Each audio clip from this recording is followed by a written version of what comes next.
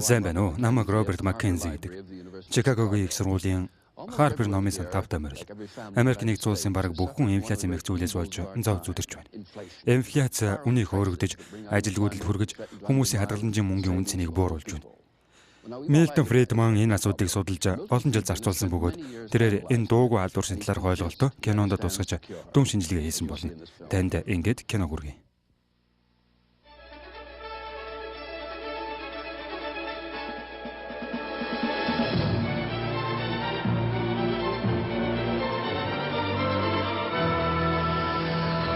Хувь заяагаа сонгох нь.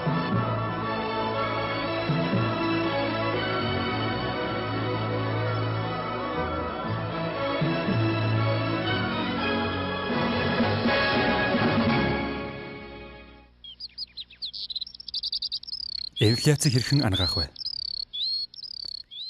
Калифорни далайн төвшнгөөс 10,000 фут өндөрлөгт оршдог. Өвөлдөө агаарын температур нь хасахдагч гардаг байна. Харин зундаа энд айл өрхүүд амархаар хүрэлцэн ирдэг. Та бүхний харж байгаачлан энд жижигхэн хотхон бий болжээ. Америкийн баруун хэсэгт өнгөнгийн түүх хослон байдгаас тоглоом тоглож архиусан залуус биеийн үнэлэгчдийн дүр зураг тод харагддаг үлээ.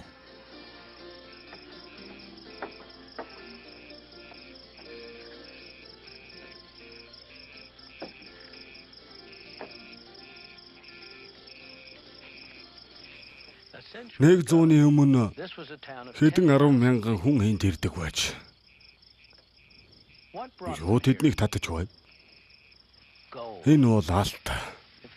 Жинхэнэ алтны төлөө хүмүүс үхэн хатан тэмцэж байлаа.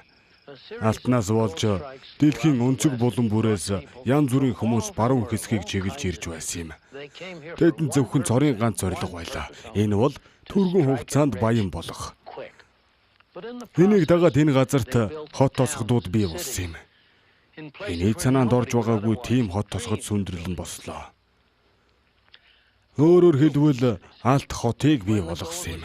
Харин алт дуусахад хот нуран унаж балгас болж үлдсэн. Энд ирсэн ихэнх хүмүүс баян болж чадлагүй итгэл найдвараа алдсан юм. Харин цөөхөн хэдэн хүн л алтаар баяжсан. Тэдний хувьд алт бол жинхэнэ баялаг байлаа. Харин бүх дэлхийн хувьд хүмүүс алтыг идэж чадахгүй, тэд алтыг өмсөж чадахгүй. Тэрж байтугай хүн алтан байшинд амьдрч чадахгүй шүү дээ. Учир нь алтнаас болж бүх юмны үн өсснөөр хүмүүс бараа бүтээгдэхүүн, ажил үйлчилгээ худалдан авахд маш их мөнгө төлөх хэрэгтэй болж байлаа. Өөрөөр хэлбэл алтны нөлөөгөөр бүх юмны үн өсч байлаа.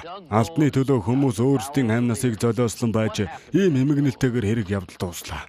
Тэгвэл тэр алт хаашаа очсон бэ? Алт цаг хугацааг туулан алсын ас газар тээвэрлэгдэн хүрсэн. Эдгээр алтан гулдмайнууд бол дэлхийн өнцөг булан бүрт төв банкнд хадгалагддаг алтан гулдмайнууд юм. Алттай адил олон чухал зүйл дэлхийд дахинд байлаа.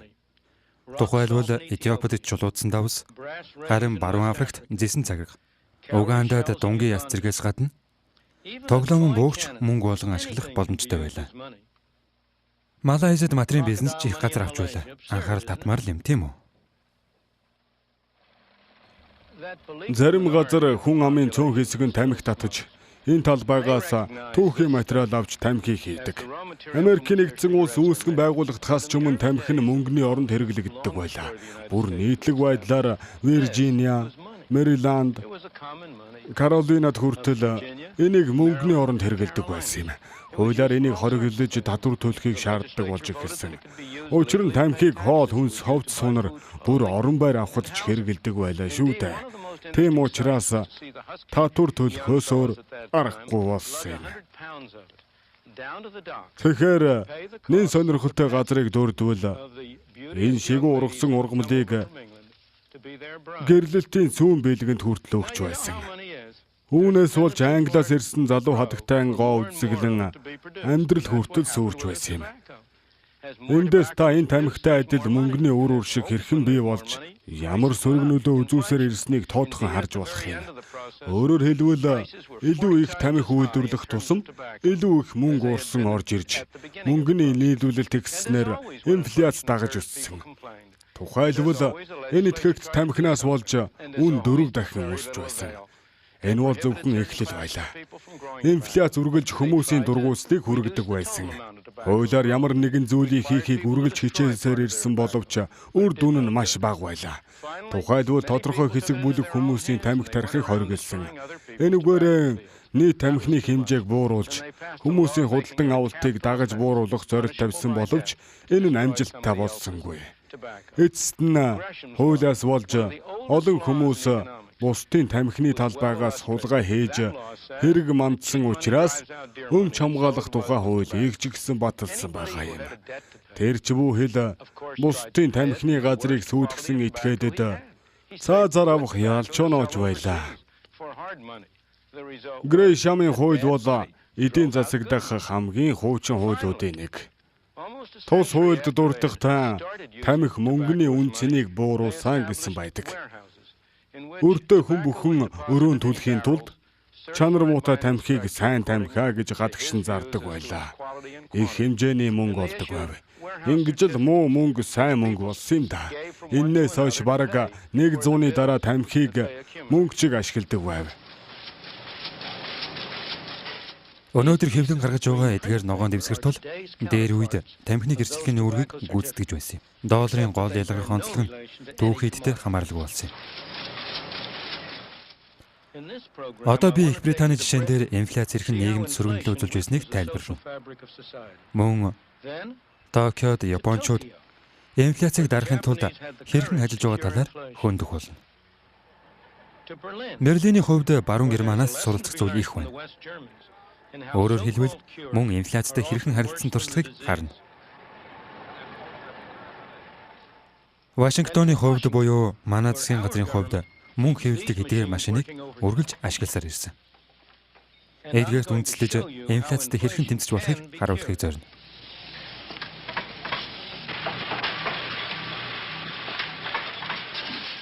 Баримт гэвэл хүмүүс инфляцийн ихэнх үед баяр хөөртэй байдаг. Британд 1960-ад онд мөнгө чангалтай байлаа. Бизнес цэцэглэж, ажлын байрч хүрэлцээтэй байв. Үнэн ч өндөр биш байлаа. Иймээс хүн бүхэн аз жаргалтай мэт харагдаж байв. Харин 1970 оны эхээр үн илүү хурдтай өсч хямрал улам бүр нэмэгдэв. Удалгүй эдгээр хүмүүс ажилгүйж хэлсэн. Тэдний үдшилтэд өндөрлөлөө.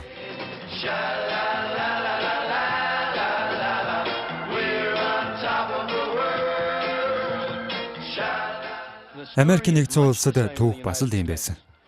Инфляц улам өснө нэмэгдсээр л. Бид одоо ч үүнийг зохицуулж чадахгүй байна. Харин яаж инфляц бий болж байна вэ?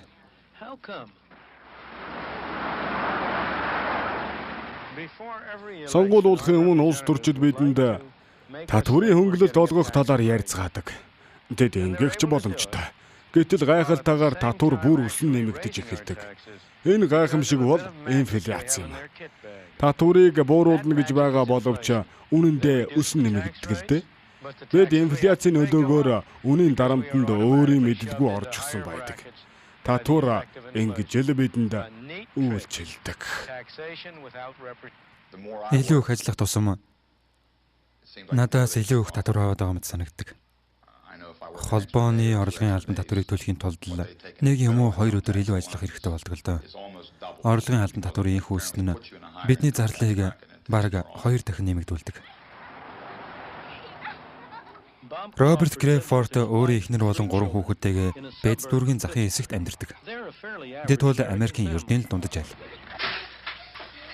Don't slam the door, Daphne. Okay. All right. What are you doing? Making your favorite dish. Роберт Грэйфорд холбооны болон мужийн орлогын албан татварыг төлөхийн тулд жилдээ олон өдөр сунж ажилладаг. Тэр зөвхөн эдгээр татвараас гадна бусад олон татварыг ч гэсэн төлөх ёстой болдог. Эцэст нь тэрний хөдөлмөр төдийлөн үр ашиг өгдөггүй. Инфляц өсч бүх юм үнэтэй болж байна. Юу ч хийсэн ялгаа алга. Бүхэл юм үнэтэй байна шүү дээ. Байр сууц, хий, эм, цахилгаан, бензин гээд бүх зүйлийн үнэл өсөд байна. Ялангуяа хоол хүнс. Эхнэр маань бидний идэх зүйлүүдийг дэлгүүрээс арай ядан л авч байна. Зөвхөн хоолны материал зориулж 7 хоногт $50-60 зарцуулж ирсэн бол одоо $80-90 зарцуулж байна. Бид одоо зардлаа дийлхэ болоод байна л да. Сар бүрэл нөхцөл байдалд ордоод л байна. Бизнесийн хувьд би жилийн $6,000 татвар зориулж зарцуулдаг. Энэхээр надад $12,000 нийтдээ үлддэг. Энэ мөнгө их санагдаж байж болох юм л да. Гэхдээ би 5-6 жилийн өмнө энэ хэмжээний мөнгө олдог байсан. Одоо хүрэлцэхгүй л байна да.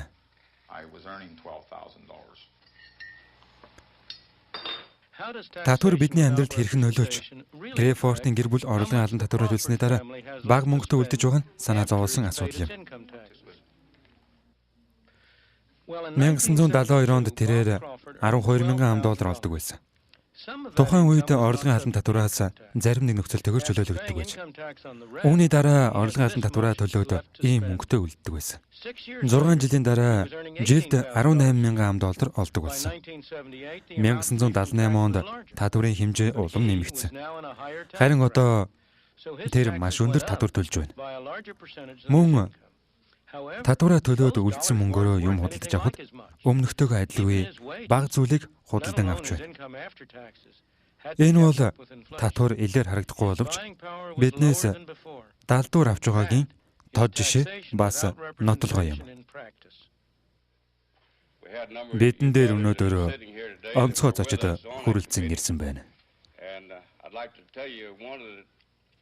Инфляц өсгийн хэрээр тэрнийг шүүмжилдэг олон хүмүүс байдаг. Ихэвчлэн үйлдвэрсний эвлэл инфляцтай холбоотой маргаан дэгдэж цалин хөлсөө нэмэгдүүлэхээр шаардлагыг та олон сонссон байх. Цалин нэмэгдснээр инфляц буурна гэж та бодож байгаа байх. Энэ бол худлаа юм. Таны цалин инфляцийг бий болгодгүй. Тэрний зөв үү? Өндөр цалин ихэвчлэн инфляцийн үр дүн байдгаас биш, бодит үндэслэл байдаггүй. Үнэн дээр үйлдвэрсний эвлэл инфляц өсөлтөнд тодорхой хэмжээгээр дэм өгч байна. Учир нь үйлдвэрсний эвлэл инфляцийн эсрэг цалингаа нэмэхийг шаарддаг. Ингээд дарамт бүрэл нэмэгд. Инфляц өсөж байгаа өөр нэг их сурвалж бол гадаадаас ирж байгаа бараа бүтээгдэхүүний үн юм. Өөрөөр хэлбэл инфляцийг импортлож оруулж ирж байна.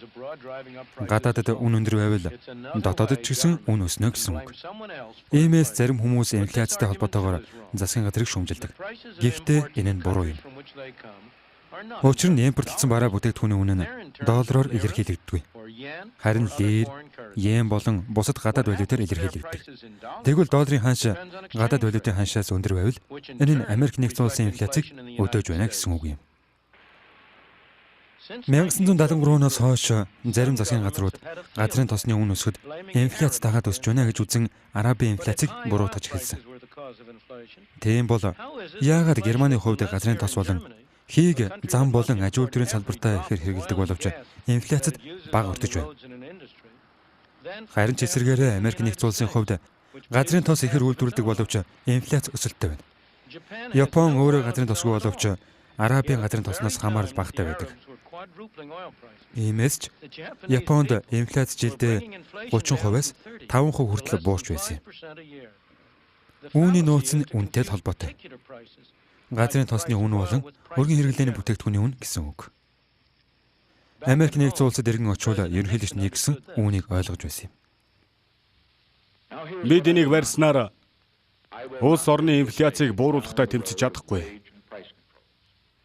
Харин улс төрийн хувьд татварын бодлогыг зөв болгох хэрэгтэй байна. Бид зөвхөн гал унтраах төдийхнөр ажиллаж болохгүй. Инфляцийг зохицуулахад хялбар арга зам гэж байхгүй.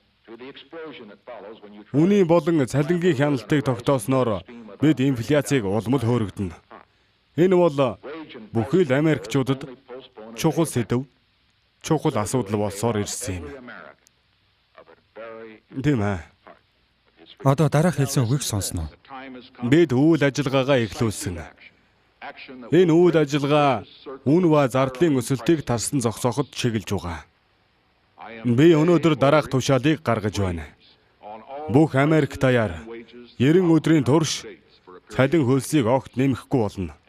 Эннээс гадна компаниудад хандаж цалин нэмэхгүй байхыг би уриалж байна. Улс төрийн олон хүдэрдэгчид цалин хөлсний үнэнд хяналт тогтоохыг оролдсон. Амжилтгүй болсон ч дахин хичээсээр л байна. Үүний арга замыг хизээж олохгүй мэт санагдаж байсан. Гэхдээ зарим зүйлийг эндээс сурч болно. Тухайлбал Британий ерөнхийлөгч Джеймс Каллахан эдийн засгийн төсөөр бодлого баримтлах ёстойг олж мэдсэн юм. Дээрээр 1976 онд энэ талаар хөдөлмөрийн намын хурал дээр дараах үгийг хэлсэн байна. Бид хямралыг даван туулахын тулд зөв бодлого баримталж байгаа гэдэгтээ бүрэн итгэлтэй байна. Татварыг өсгөж засгийн газрын зарлагыг хэдэн 10 саяар нэмэгдүүлснээр бид бүхэн цаашид оршин тогтноход хэцүү болж байна. Энэ нь нийгэмд их хэмжээний инфляцийг бий болгож улмаар улс орон даяар ажилгүйд ихсэж байгаа нь бидний сүүлчийн 20 жилийн түүх байсаар ирсэн юм а. Инфляц яагаад тийм их аюултай талаарх нэг шалтгаан бол өөр бүлгүүдэд харилцан адилхан нөлөө үзүүлдэг явдал юм. Заримд нь үр өгөөж өгч байсан ба мэдээж тэд арай ухаалгаар гарах арга замаа олж байгаа бол харин заримд нь хүндрэл учруулж байлаа. Мэдээж бэрхшээл амссан хүмүүст энэ бол чөтгөрийн занг байлаа. Гэхдээ нийт нөхцөл байдал улам муудаж байна. Иймээс засгийн газар цалин болон үнийг хамгаалах хяналтын арга хэмжээг баталсан юм. Лондонд хог цуглуулах байгууллагаас амжиргааны зардалтай зэрэгцүүлж цалин хөлсөө нэмэгдүүлэхээс өөр аргагүй хурч байлаа. Ажилчид нь ажил хайж хүмүүс засгийн газрын хяналтыг эсэргүүцэж байна. Харин эдгээр ажилчдын найз нөхөд хөршүүд нь хогийн овоолгон донд амьдарсаар л байлаа. Эмнэлгийн хувьд амжиргааны зардлын өсөлтөд зэрэгцүүлэн цалин нэмэгдүүлэх боломжгүй байв. Иймээс ажилчид нь ажил хайж мөн эсэргүүцэл илэрхийлж эхэлсэн юм. Иннээс болж өвчтнүүд эмнэлэг твдэхэд хүндрэлтэй болж байлаа. Ажил хайлд хов хүмүүсээр зогсохгүй улам хүрээгээ тэлж бүлэг болон томорч байв. Нэг бүлэг нь нөгөө бүлгээ дэмжиж байсан юм. Нийгмийн энэ байдлыг сайжруулахад цаг хугацаа ч гэсэн шаардлагатай байсан. Цалин хөлс үнэнд хяналт тавьснаар инфляцийг хязгаарлан барьна гэж бодож байсан ч бүтлгүүтэж инфляц улам өссөөр ирсэн юм.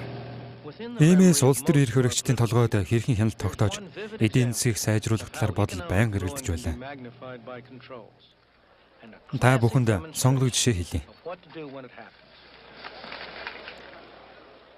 1945 онд Герман улс дайнд ялагдаж шинэ эрх барих байгууллага нь Америкийн нэгдсэн улс, Англи, Франц болон Зөвлөлт улсын төлөөлөгчийн хяналтын холбоотой хамтарсан. Тэд цалин хөлс, үн зэрэг амьдралын бүхэл асуудлыг хамруулж хатуу хяналт тогтоосон байна. Дайны дараах үр нөлөө тун хүнд байв. Тус улсын эдийн засгийн үндсэн эмх журам нь нуран унж эхэлсэн.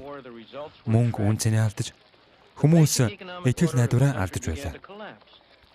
Камер, үзэг, тамхи, виски зэргийг мөнгө болгон ашиглаж байлаа. Тийм ээ. Энэ бол 40 жилийн өмнөх явдал юм.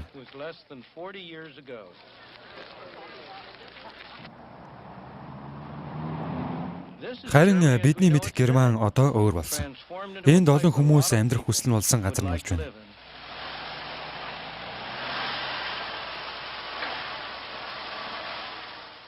Тэд хүнд байдлыг хэрхэн өөрчилж чадав? Бидний мэдэж чадаагүй ямар зүйлийг тэд мэдэж байна вэ? 1948 оны 6 сарын 20-ны өдөр буюу Ням гарагийн өглөө. Германы эдийн засгийн сайд, мэргэжлийн эдийн засагч Людвиг Эрхард өнөөдрийн Deutschmark хэмээх шинэ валютыг нэвтрүүлсэн байна. Үүний ачаар үн болоод цалин хөлсөнд хяналт тавьж чадсан байна. Яагаад тэр Ням гарагт ийм шийдвэр гарав? Тус өдөр худалдааны зах зээл уналтанд орж хүчтэй шийдвэр гаргах хэрэгтэй байлаа. Энэ өдөр Америк, Британи болон Францын эрх баригчид амарч байхад нь тэрээр ийм шийдвэр гаргаж гаргавал хэрэгтэй валютын эргэлтийг тогтоож чадна гэж үзсэн байв. Тэрний хүс нарж болсон. Удалгүй дэлгүүрүүд нь бараагаар дүүрсэн. Хэдэн сарын дотор Германы эдийн засаг сайжирч байдал эргээд хяналтанд орсон. Эдийн засаг чидэж энэний үр дүнд гайхаж байлаа. Эцэст нь үнийг зохицуулж дэлхийн бус улс орнууд ч үлгэр дуурайл авч эхэлсэн юм. 10 гаруй жил зов зүдэрсэн тус улс Европ төвийн хамгийн хүчрхэг, хамгийн баян эдийн засагтай улс орн болсон та.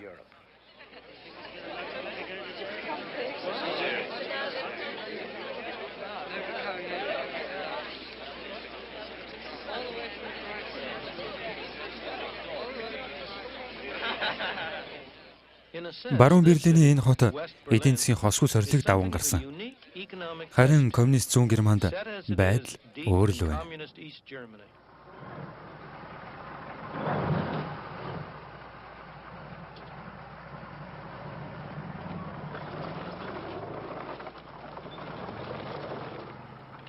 Эдийн засгийн хоёр өөр үндсэн систем Европт хоорондоо харшилдан үйлчилж байлаа. Энээс болж улс төрийн үзэл баримтлал хуваагдаж, эрх чөлөөгч харилцан адилгүй тайлбарлаж байлаа. Улмаар ган бетонохон хан боссон.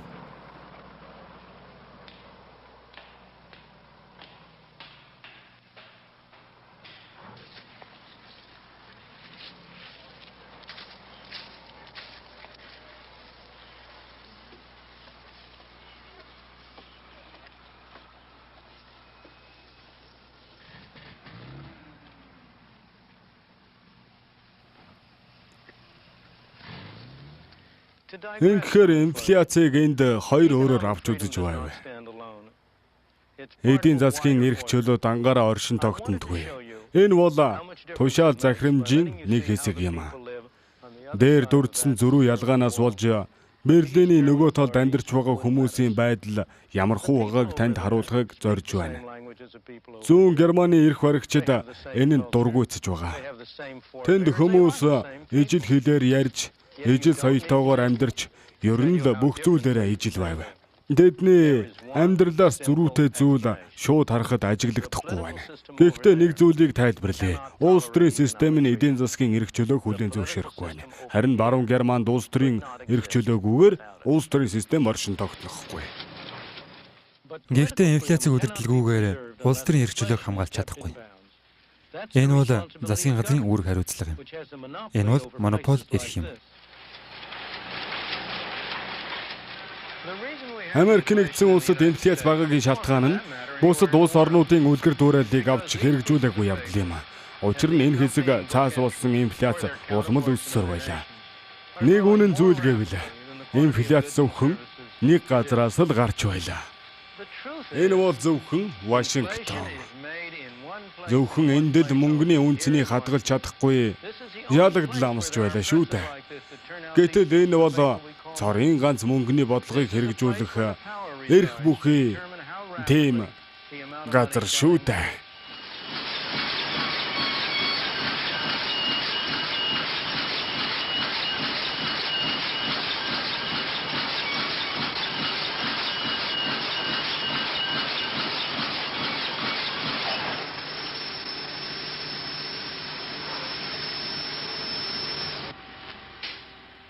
Сая юун чимээ гарсан бэ? Хэрв бид мөнгөний хан шиг гэнэт өсгөвөл инфляц ингэж л огцом өснө. Энэ бол шин санаа биш юм. Энэ бол шинэ асуудал биш. Харин дахин давтагдажгүй түүхэн үйл явдал юм. Зарим тохиолдолд энэ бол инфляцийг зориудаар барих сайн арга. Заримдаа харин энэ инфляцийг гэнэт бий болгодог. Иргэний дааны үеэр өмнөд хэсэгт их хэмжээгээр мөнгө хэвлэж байлаа. Энээс болж инфляц огцом өссөн юм. Миний санаж байгаагаар 4 сард 4% өсөлттэй байсан. 2-7 хоног Төв банк шинэ байранд орж байгаатай холбоотойгоор мөнгө хэвлэхэн болоход инфляц нүхэн дуунав. Гэтэл энэ 2-7 хоногийн дараанаас дахин мөнгө хэвлэж эхлэхэд инфляцийг уулан бүр огцом өсгсөн. Энэ бол маш ойлгомжтой жишээ байсан юм. Тийм ээ, маш ойлгомжтой байлаа. Саяхны жишээ гэвэл улангасан инфляцийг амжилттай удирдах хянсан тохиолдлыг дурдж болно. 1973 онд Японы гэрийн эзэгтэй нар захаас юм авахдаа таагүй нөхцөлд орлоо. Өдөр бүр мөнгөний үнц нь буурч үн өсөж байлаа. Инфляцийн аимшиг түүх дахиад гарч ирлээ.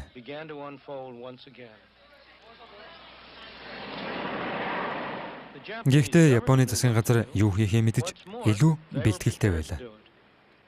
Эдийн засагчид яг юу болохыг зөв мэдэрч чадсан байлаа. 1971 онд мөнгөний нийлүүлэлт эрчимтэй өсч эхэлсэн. Тухайн үед үүнийг хэвэн гэж үзэж байсан бол 1972 оны сүүлээр улам хүндэрч эхэлсэн. 1973 оны эхээр засгийн газраас хариу үйлдэл хийсэн. Эхлээд мөнгөний өсөлтийг хязгаарлаж эхэлсэн ч инфляц өссөн хэвээрэл байлаа. 1973 он үнэхээр хүндэрчлээ байлаа. Засгийн газар мөнгөний өсөлтийг удаан хязгаарласны ачаар инфляц дарагдж эхэлсэн юм. Инфляцийг системээс арилгахад 5 жилийн хугацаа зарцуулсан. Ингээд Япон улс харьцангуй тогтвортой боллоо. Гэтэл байдал эсэргээрээ ирлээ. Инфляц буурч бүр дефляц буюу үн буурах үзэгдэлд хүрсэн байна. Эрүүл байсын эдийн засаг удааширч эхэлсэн байна. Мөнгөний өсөлт суларснаар инфляц огт хөдлөхөө болсон. Инфляц бол яг согтууруулах ундаатай адил. Аль ч тохиолдолд та ууж хэрэглэнэ. Өөрөөр хэлбэл их мөнгөтэй болж байгаа нь эхлээд сайхан үр дүн гарч ирнэ. Харин дараа нь сөрөг үр дагавар бий болно. Иймээс хитрхи их уух буюу их мөнгө хэвлэх нь хэрэггүй гэсэн санаа илэрхийлээд байгаа юм л да. Харин уухаа болох буюу мөнгө хэвлэхэ болчвол эхлээд муу нөлөө болж дараа нь сайн нөлөө нь гарч ирдэг. Иймээс инфляцийг зохицуулахад маш хэцүү байдаг юм. Тийм ээ. Америкийн нэгдсэн улсад 1957 оны дараа 20 жилийн турш инфляцийг удирдах гэж 4 удаа оролцсон. Гэвч тохиолдол бүрт үр дүн нь муу нөлөөтэй гарч байлаа. Нөгөө талаар Японы жишээг авч үзвэл 5 жилийн турш инфляцийг дарах бодлого хэрэгжүүлж 78 он гэхэд бүх асуудал шийдэгдсэн байв. Инфляц буурч эдийн засаг сэргсэн. Гэхдээ зөвхөн Японд онцгой зүйл болсон юм биш ээ. Бусад улс оронд мөнгөний өсөлтийг бууруулах бодлого баримтлах хүсэл зорилго бий болсон юм. Өөрөөр хэлбэл инфляцийг удирдах, үүний зэрэгцээ эрүүл эдийн засагтай болгох боломжтой болсон. Одоо Чикаго их сургуулийн Харпер номын санд манай хүнд зочид төлөөлөгчид өөрсдийн саналуудлыг хуваалцахаар хүрэлцэн ирсэн байна. Хамтдаа тэдний яриаг сонсцгоё. Мөнгөний нийлүүлэлтийг хянснаар гарцаагүй инфляцийн төвшин хянах боломжтой. Мэдээж үүнийг шууд хэлэхэд амаргүй ч хэлээ. Мөнгөний нийлүүлэлттэй холбоотой бусад анхаарах зүйлс бий л дээ. Миний бодлоор бол инфляц, мөнгө, бараа бүтээгдэхүүн бол ажил үйлчилгээний хоорондох харилцан хамаарлын хэмжүүр юм. Мөнгө гэхээр бараа бүтээгдэхүүн, ажил үйлчилгээг үзүүлэхэд тусдын болох хэрэгслэл гэж ойлгож болно. Мөнгөний нийлүүлэлтийг хянах боломжтой л доо. Тухайлбал мөнгөний нэг хэлбэр болох кредит картаар дамжуулж хяналт тавьж болно. Мөнгийг чөлөөт бизнесийн системээр бий болгож Вашингтонд хаасайг үл хэвлэж байна. Тэгэхээр миний бодлоор инфляц Вашингтоноос үүдэн гараад байна гэсэн санааг хамгаалж зөвтгсөн байр сууриаг баримталж байна. Вашингтоноос л инфляц гараад байгаа. Ноён Мартин, 1970 оны үеийн нөхцөл байдлыг танаас илүү тайлбарлах хүн байхгүй бах. Та энэ талаар бидэнд товчхон ярихгүй юу? Би 1970 оны үе гэж хэлмээр байна. Би ганцаараа биш. Ноён Милтон Фридман бидэнд цаг үрэл зөвлөгөө өгч байсан шүү дээ. Хизэж аваагүй л дээ. Энэ талаар дараа ярилцлага өгөх болно. Бид тэрний зөвлөгөөг аваагүй дээ илүү баяртай байна. 70-ад оны үед таныг холбооны нөөцийн захирал байхад мөнгөний нийлүүлэлтийн дундаж өсөлт 3.1% байсан. Инфляцийн төвшний өсөлт 2.2% байсан. Таныг явсны дараа мөнгөний нийлүүлэлт бараг 2 дахин өсөж, инфляц дунджаар 7% гарч байсан. Харин одоо бол мөнгөний нийлүүлэлт 2 оронтой тоод өсөж байна. Инфляц мөн ч ийм л байна. Энэ кинонд дурдсан хоёр асуудлын талаар би саналаа хэлмээр байна л да. Тэгэхээр ноён Фридман баруун Германы эдийн засгийн нөхцөл байдлыг сайшаасан байсан. Энэнд олон хүчин зүйлс нөлөөлсөн. Нэгдүгээрт шинэ мөнгө гаргасан. Үүнийгээ ч нөөцлсөн байгаа. Харин дараа нь буюу хоёрдугаарт залин хөлсийг хяналтгүйгээр overnight-ыг чөлөө зах зээлд эдийн засагт шууд тавьсан. Эдгээр бол хамгийн үндсэн хүчин зүйлс. Бид ноён Фридманы хэлсэнчлэн мөнгөний бодлогыг ашиглаж доктортой байдлыг хангаж хамгаалах гэж оролдсон. Мөнгөний өсөлтийг суур нөхцөлтэй тааруулах гэж хичээсэн. Тэгэхээр би та бүхэнд анхааруулхад засгийн газрын хувьд ийм хэмжээний интервенц хийж мөнгөний нийлүүлэлтийг хянана гэхэд үнэхээр амаргүй ажил шүү. Хэн ч энтэй санал зөрөхгүй байх. Мөнгөний нийлүүлэлт хэд нэмэгдэх нь инфляцийн гол үндсэн шалтгаануудын нэг нь болдог. Энэ бол бодит асуудал. Улс орнууд энийг анхааралд авах ёстой нь гарцаагүй. Гэхдээ энэний талаар зөвлөхгүй. Учир нь энэ миний мэдэх асуудал биш. Яагаад бидэнд энийг зохицуулах арга зам байхгүй вэ? Нөхцөл байдал яагаад ийм болсон талаар би Мартинаас асуумаар байна. Яагаад гэвэл тэрний туршлага энэтэй хамааралтай. 19 жилийн өмнө цаг хугацаа хоёр төвшөнд хуваагдсан байсан. Эхний хугацаа бол Брэдли ярьсан цаг үе. Инфляц илүү дундаж байсан. Өсөлтийн хувь нь бага. Энийг бид мөлхөө инфляц гэдэг. Одоо бид энэ л эргэн орохыг хүсэж байна. Гэхдээ дараа нь 71 онд цалин хөлс үнийн хяналтыг тогтоосон ч инфляц өсч эхэлсэн. Жилд 4.5 орчим хувиар өсч байсан гэд бодтоо. Харин хоёр дахь цаг хугацааны хувьд инфляцийн төвшин цоргиж улмаар мөнгөний өсөлтөж явагдсан. Таны цаг үеийг харах юм бол та олон нийтэд хэвлэл мэдээлэлд маш чухал ухаалаг мэдээлэл хийж байсан. Холбооны нөөцийн банк бол инфляцийн арга ясыг босгоогүй гэж. Бас таны залгамж халааг авсан хүн ч мөн адил тантай адил мэдээлэл хийж холбооны нөөцийн банк бол инфляцийн уурхай биш гэдгийг хэлсэн. Тэрний дараах залгамжлагч ч мөн нэг жил үг хэллэг, үйлдэл, мэдээлэл хийж байсан. Иймээс миний одоо асуух асуулт бол яагаад холбооны нөөцийн банкны захирлууд бүгд л таныг дуурайсан юм? Тэд харилцан адилгүй шүү дээ. Яагаад ийм байтал ижил байр суурьтай байв? Харамсалтай нь энэс болж компаниуд хүнд байдалд орсон. Яагаад мэдэгдэл байр суурь нь хүчтэй. Зөв мөртлөө нөгөө талаас гүйцэтгэл нь хангалтгүй байсан юм бэ? Яагаад? Та энэ тухай бидэнд Учир нь мөнгөний бодлого бол цорын ганц хэрэгсэл биш. Харин төсвийн бодлого хамгийн чухал. Тэгвэл бодлогыг сангийн яам хариуцна гэсэн үг үү? Тийм ээ, конгрессийн асуудал. Ноён Браунаас энэ талаар асуунаа, санаа зовлтгүй. Мөнгөний болон төсвийн бодлогын харилцан хамаарал бол маш чухал зүйлсийн нэг л дээ. Төсвийн бодлого л шүү дээ. Энэ талаар илүү дэлгэрүүлж ярихгүй юу? Юу хэлээд байна? Татвар орлого бүрдүүлэлт. Бас зарлага. Тийм ээ, яг зөв. Холбооны нөөцийн банкны хараат ус байдлын талаар удаан хугацаанд би ярьсан. Засгийн газраас ангид бие даасан нэгж байгуулах талаар ярьсан юм л да. Би сангийн яамд хандахдаа засгийн газрын үйл ажиллагааг зөв эсхийг хараач гэж хүсдэг. Санхүүгийн их усүрээ татаад дараа нь зарцуулалтанд хяналт тавиач гэж хэлдэг юм. Энэ бол өндөр зарлага нь. Бас инфляцийн уурхай болж байна. Холбооны нөөцийн банкны үүрэг бол засгийн газрын зарлага, татвар бүрдүүлэлтийг хянаж зохицуулах биш шүү дээ. Харин гол үүрэг нь функц мөнгөний нийлүүлэлтийг хянах явдал юм. Би шударгаар хэлье. Энд уучлал, үндэслэл, гол шалтгаан гэж байхгүй. Учир нь бид энд хариуцлага хүлээх ёсгүй л дээ. Хэрвээ бид үүнийг анхаарч үзэхгүй бол засгийн газрын зарлага хамаагүй явах гээд байна. Зөвхөн өөрийн үүрэг хариуцлагыг чухалчилж үзээгүй учраас сангийн яамны үйл ажиллагааг ч гэсэн энд бас би оролцуулаад байна л да. Мэдэж байна. Би сангийн яамд байсан болохоор асуудлын нөгөө өнцгийг харж байна. Америкчуудад ийм асуудал гарлаа гэхэд бүгд л төв банкыг буруушаадаг шүү дээ. Германы төв банк ч бай. Эсвэл холбооны нөөцийн систем ч бай ялгаагүй Дэлхийн төв банкуд мөнгөний нийлүүлэлтийг өдрөөр биш 2, 3, 4 сар тэрнээс жилийн хугацаагаар хянах техникийн боломж болцоо байдаг. Ийм боломж чадвартай шүү. Яагаад мөнгөний нийлүүлэлт хэд ихсээд байгааг тайлбарлая. Энэ бол дээрх техникийн боломжоо ашиглахгүй байгаатай холбоотой.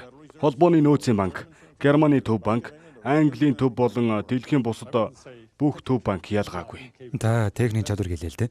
Юуны өмнө бид мөнгөний нийлүүлэлтийг сар сараар хянаад байдгүй. Техникийн боломжийн хувьд бид мөнгөний нийлүүлэлтийг хагасчлаар нь хянадаг юм. Энэ бол инфляцийг хянахад хангалттай зүйл биш. Тийм ээ. Би эдийн засагчийн хувьд нэг зүйлийг ажигласаар ирсэн. Холбооны нөөцийн банкны захирал бүрэл нэг үг хэлдэг. Энийг хүн хийгээд байгаа биш, харин систем хийж байна гэж. Тийм биз? Нэг л үг. Германы төв банкны хувьд ялгаатай зүйл нь юу вэ?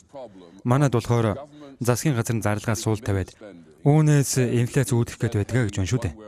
Энэ асуудлын талаар танай байр суурийг сонсомоор байна л да. Бид засгийн газраас маш сайн хараад ус байдлаа хадгалдаг. Бас бид засгийн газарт зөвлөгөө өгдөг. Мөн төсвийн алдагдлын хувьд зөвлөдөг. Хэрвээ ийм алдагдaltaй бол төсөв цаашид хүндрэлтэй байдалд орж парламент дэмжихгүй байх хандлагатай. Иймээс бидний зөвлөгөө чухал байдаг. Учир нь манайд уламжлал ёсоор иргэдэн засгийн газраа шүүмжлэх чөлөөтэй үзэгдэл. Харин хоёрдугаарт гэвэл бидний үйл ажиллагаа хөрөнгийн зах зээлд ч хүрч нөлөө үзүүлдэгт байгаа юм. Бодлогын хүүгээр дамжиж энэ зах зээлд нөлөөлж улмаар олны хүчтэй шүүмжлэлд өртөж тэдний хандлага өөрчлөгдөнө. Миний бодлоор энд маш чухал санаа хэллээ. Яагаад төсвийн дутагдал болон мөнгөний нийлүүлэлтийн хооронд харилцан хамаарал байхгүй вэ? Холбооны нөөцийн банкын дэржүүд дарамт шахалт бол шууд бус байдлаараа засгийн газрын их хэмжээний дутагдал алдагдлаас урган гардаг. Хөрөнгийн зах зээл нь зээлээр санхүүжигддэг учраас энэ нь ч бас конгрессийн залгамж халаанд хүртэл нөлөөлж байгаа юм. Иймээс дахиад л холбооны нөөцийн банкнд дарамт авчирдаг.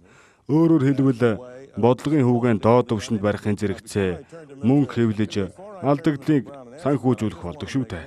Би ноён Браунаас нэг чухал асуултыг асуух гэсэн юм.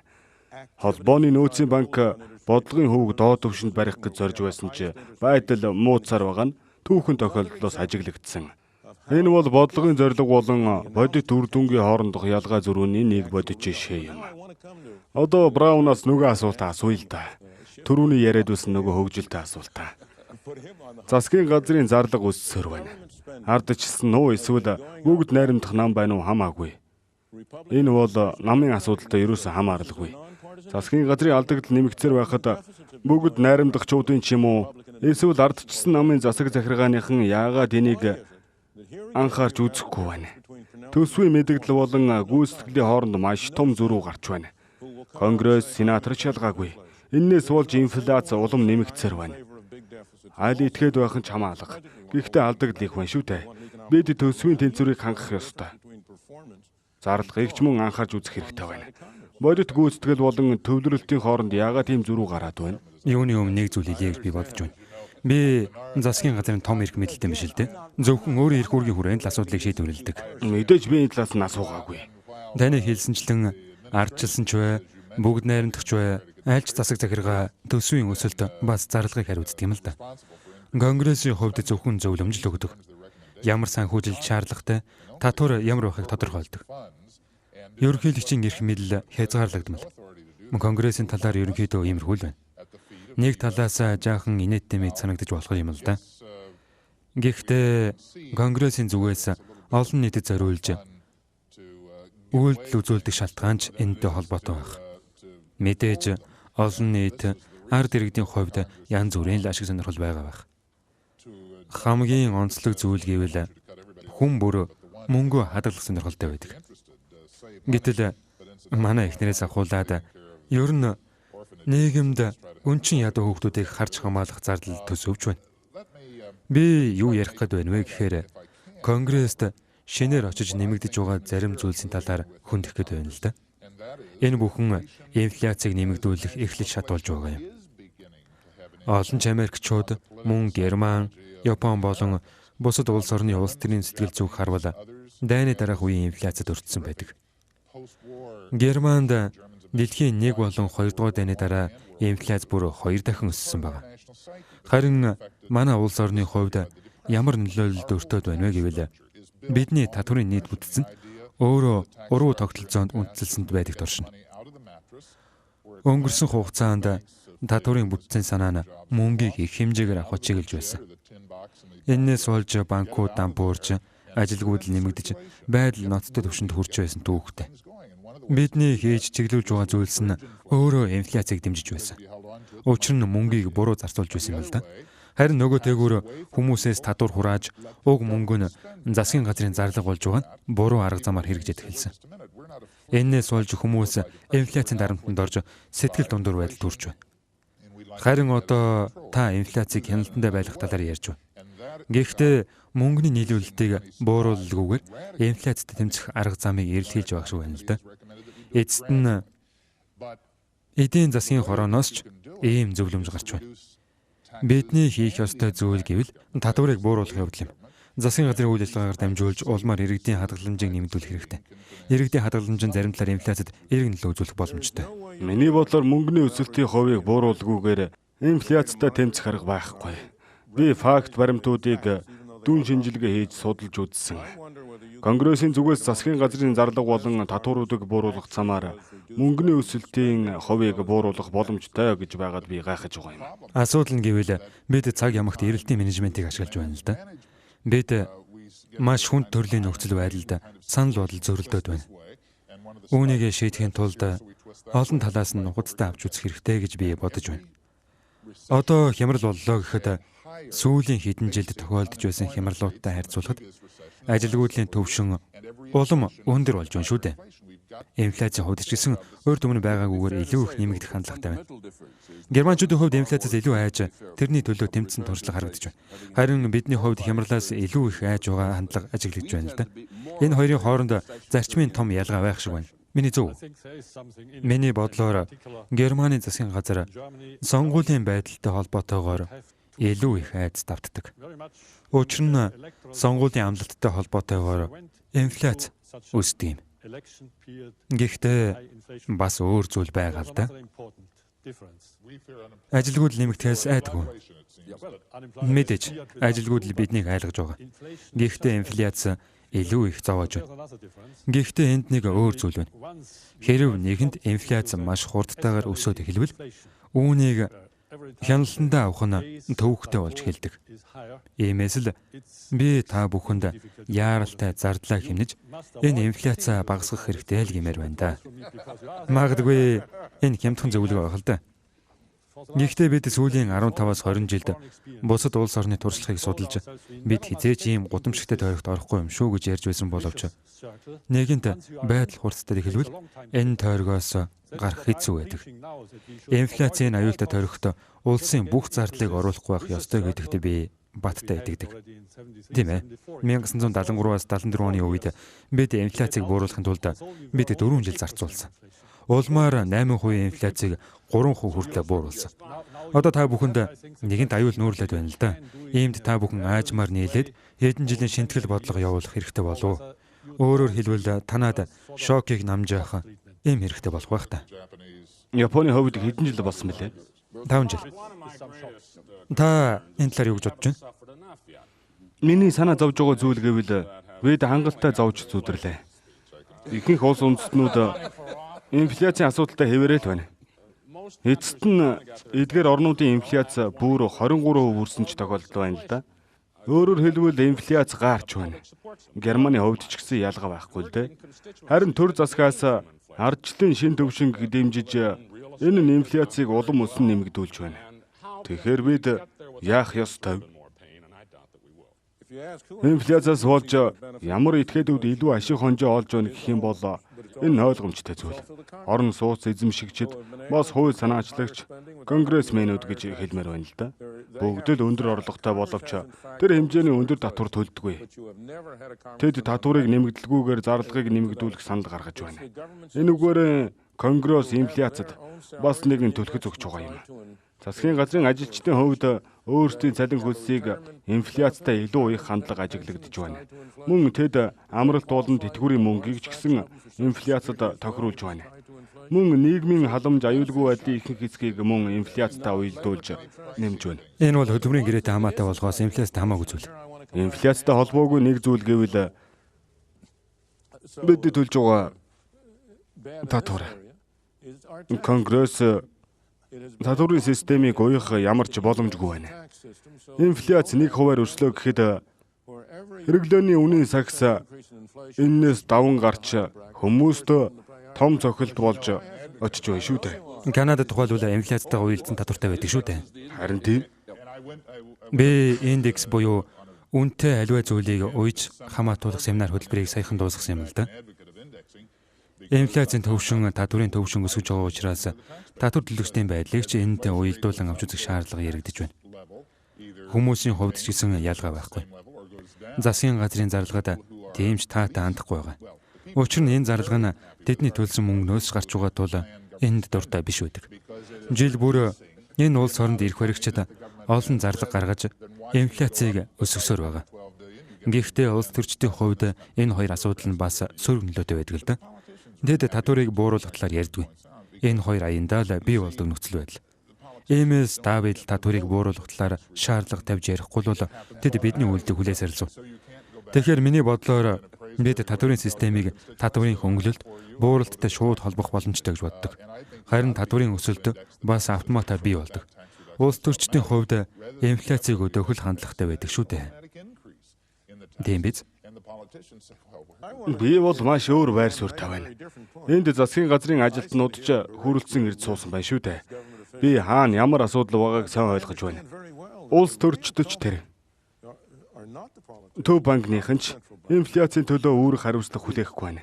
Миний бодлоор хүмүүс энэ талаар ярьж хэн инфляцид үүрэг хүлээх вэ гэдгийг мэдхийг хүсэж байдаг. Үнэн дээр та мөнгө зарцуулсан ч гэсэн инфляц өсөд байхгүй. Яагаад гэвэл та хэрэглэгч. Би ч гэсэн хэрэглэгчийн хувьд үргэлжил зарлага гаргаж байдаг. Та өдөр тутмын амьдралдаа нэг л хэвийн зарлага гаргадаг учраас инфляцид нөлөө үзүүлэхгүй. Харин инфляц юунаас болж өсдөг вэ гэвэл улс төрчид боломжгүй зүйлсийг биелүүлэхийн тулд иргэд биднээс өөр зүйл шаарддаг. Өөрөөр хэлбэл тэд хэн нэгний мөнгийг өөрсдийнхөө юм шиг хамаагүй зарцуулдаг шүү дээ. Бусдын мөнгөөр тоглоно гэсэн үг үү? Улс төрийн хөтөлбөрүүдийн зарлагын хувьд с ิจ гтэй зүйлс зөндөө бий. Бүгд найрамдах нам, улс төрийн аливаа хүчний үйл ажиллагаа нь үнэхээр бодиттой. Үр ашигтай хэрэгждэг гэхэд зарим талаараа өрөөсгөл. Хүн болгол инфляцийн эсрэг ярьдаг. Гэвч үнэндээ бараа бүтээгдэхүүний үн өссөөр л байна шүү дээ. Хүмүүс ядуурсаар л. Инфляцийг зохистой байлгах нь улс төрийн хувьд уг нь ашигтай.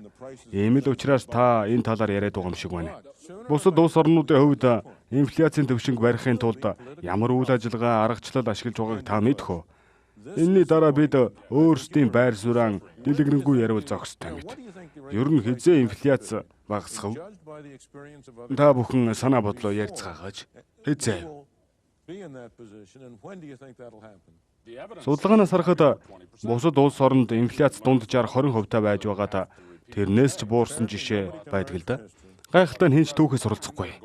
Одоогийн байдлаар инфляц бага биш өсөх хандлагатай байна л да. Та өмнө хэлэхдээ Америк нэгдсэн улсын инфляцийн шалтгаануудын талаар ярьж байсан. Таны бодлоор бид алдааг давтахын оронд бусдаас суралцсан дээрээ гэсэн байр суурь ажиглагдж байна. Тэгвэл бусад улс орны жишгтэй харьцуулаад үзье л дээ. Америкийн хувьд яаж өөрчлөгдөх шаардлагатай харагдаж байна? Таны хэлснээр бол тэр зоригтой алхмыг хийх хэрэгтэй юу? Америкийн иргэн бүр инфляцийг хамгийн хор хөнөөлтэй өвчин гэдгийг хүлээн зөвшөөрөх ёстой гэж би бодож байгаа юм. Орчин үеийн нийгэмд инфляцийн хор уршиг үнэхээр өндөр байна. Инфляц ийхүү өссөөр л байна. Мэдээж инфляцийг шийдэх туйлын зөв шийдвэр гэж байхгүй л дээ. Амархан хариултууд ч олдохгүй. Эдийн засгийн нөхцөл нэгэнт ордоод эхэлсэн тохиолдолд инфляцийг өвчнөд адилтгаж үзэхээс өөр аргагүй. Инфляцийг ангааж маргааш гэхэд бүхнийг эмчлэх шидэт хэмгэж байхгүй шүү дээ. Иймээс хэдхэн сонголтууд л байна.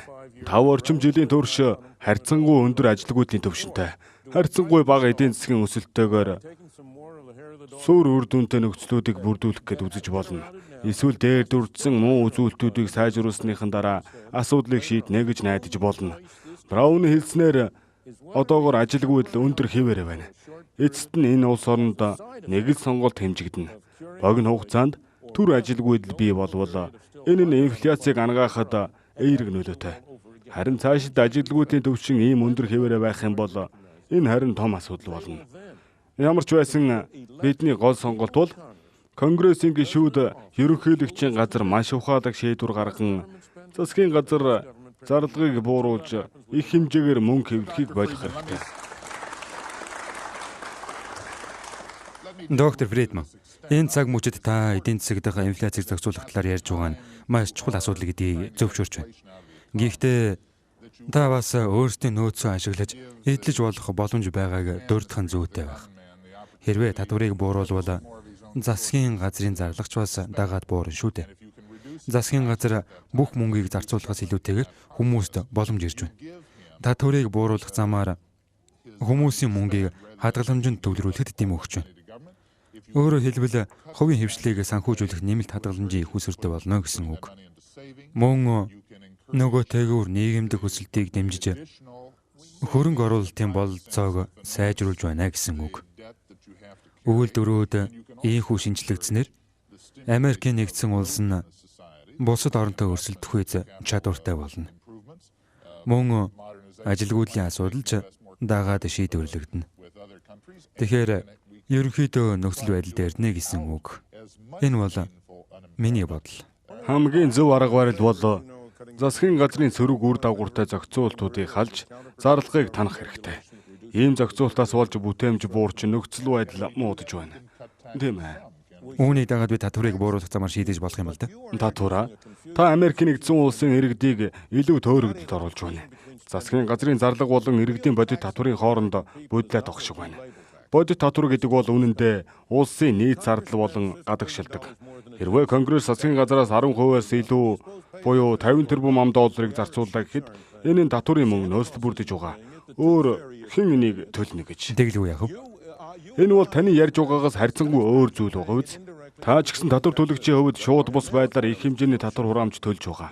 Тэгэхээр инфляцийн өнцгнөөс нь харвал засгийн газрын зарлагыг бууруулах нь зүйтэй. Харин бүтээмжийн өнцгөөс нь ярьж байгаа бол таны ярьсанчлан бусад арга хэмжээ нь илүү чухал байж болох юм. Та инфляц бас татвар аль алийг нь харвал үнэндээ нэг ижил зүйл. Хэрвээ та зарлагыг бууруулъя гэж бодвол иргэдийн мөнгийг илүү бага авч засгийн газарт өгнө гэсэн үг. Засгийн газрын зарлыг ийхүү бууруулвал та ялгаагүй инфляц болон татварын аль алийг нь бууруулах мөрөн боломжтой юм. Миний ярьж байгаа зүйл энэ л дээ. Тэгэлгүй яах вэ? Санал нийлж байна. Миний түрүү ярьсантай илүү их нийцж байна шүү. Тийм ээ. Дайчгүй. Харин бүтээмжийн хувьд ярих юм бол үйлдвэрлэлийг өсгөж чадвал инфляцийн нөлөөж бага байна. Яагаад гэвэл бидэнд илүү их бараа бүтээгдэхүүн байна гэсэн үг шүү дээ. Мэдээж хэрэг. Америк иргэдийн бодит орлогыг өнцгөөс авч үзвэл миний ярьсан зүйл бүтээмжийг нэмэгдүүлэхээс илүү чухал. Харин инфляцийн өнцгөөс харвал үнэхээр бид бүтээмжийг 3-5% өсгөж чадаад инфляцийг бууруулж байвал энэ гайхамшиг болно. Энэ бол илүү өргөн цар хүрээтэй чухал үйл ажиллагаа л да. Миний бодлоор хялбар арга зам гэвэл инфляцтай шууд тэмцсэн нь илүү дээр. Хамгийн гол нь Америкийн ард түмэн болон засгийн газар бодлогоо зөв тодорхойлж тэрнийг ягштал дагах ёстой. Харамсалтай нь бид энийг хийж чадахгүй гэж би ботоод байгаа юм л та. Профессор Фридман, би өөрийн улс орны туршлагыг хуваалцаж таны яриад байгаа зүйлд байр суурь илэрхийлье. Бид ч гэсэн хүнд инфляцийн нөхцөлд учирч байсан л да. Ингэхдээ нэг жил хагасны хугацаанд нэлээд зовсон. Гэвч энэний дараа бид инфляцийг бууруулж эдийн засаг дэмжиж чадсан юм. Энэ нь 1975 оноос хойш инфляц жил бүр бууралтай явсан. Эдийн засгийн өсөлт ч гэсэн илүү тогтвортой болсон. Гэхдээ инглигээд ажилгүйдэл, ажил эрхлэлт бүрэн хэмжээнд хүрээгүй. Гол нь маргаанаас аль болох зайлсхийж шудраг итгэлтэй байх хэрэгтэй. Үйлдвэрчний эвлэл хүн ам бүгд нэгдмэл байж асуудлыг шийдвэл дараа нь учрах гар цохирлж гисэн баг байна. Энэ бол манай улсын туршлага. Бидэнд инфляц улам хүндэрнэ гэсэн хүлээлт байсаар ирсэн. Энэ нь бид нарыг үргэлж өөдрөг биш үзэлтэй байдгийг харуулж байна. Энэ хүлээлт нь ч гэсэн сөрөг нөлөө үзүүлж байна. Асуудал бидний хичээсэн хичээгээгүй ч гэсэн байсаар л байна. Хамгийн гол нь бид уруудсан сэтгэлгээтэй байна шүү дээ. Энэ сэтгэлгээгээ л засах хэрэгтэй. Миний бодлоор бол хүмүүсийн сэтгэл зүй инфляцийн гол хэсгийг бүрдүүлээд байгаа шиг л санагддаг. Хэрвээ татварын систем нь хувийн хадгаламжийг дэмжиж байвал та зарим мөнгөөр төрийг санхүүжүүлж болно. Харин ажилгүй л ноцтой төвшөнд хүрсэн бол энэ л бодиттой бэрхшээлээ гэж би бодож байна. Энэ л бодит бэрхшээл болж байна. Тийм ээ. Бид бол үнэндээ сайхан ярьж байна. Гэхдээ хамгийн гол асуудал нь бол олон нийтийг хэрхэн бүтээж болох вэ гэдэгт чиглэх ёстой. 4 удаа бид оролцсон. Тэр болгондоо чадаагүй шүү дээ. Энэ 7 өнөخت бидэнтэй хамт байсанд баярлалаа. Удалгүй дараагийн дугаараар дахин иргэн уулзъя. Түр баяртай.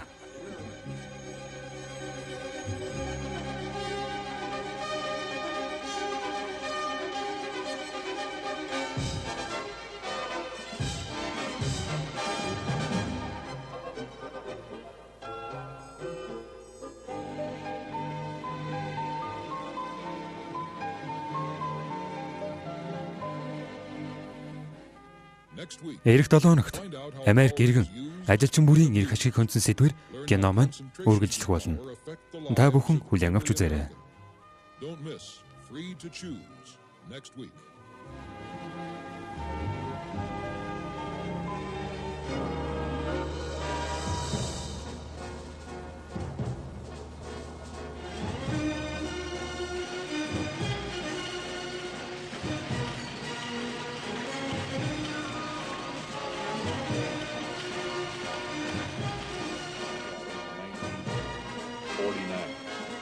$11% of the total cost.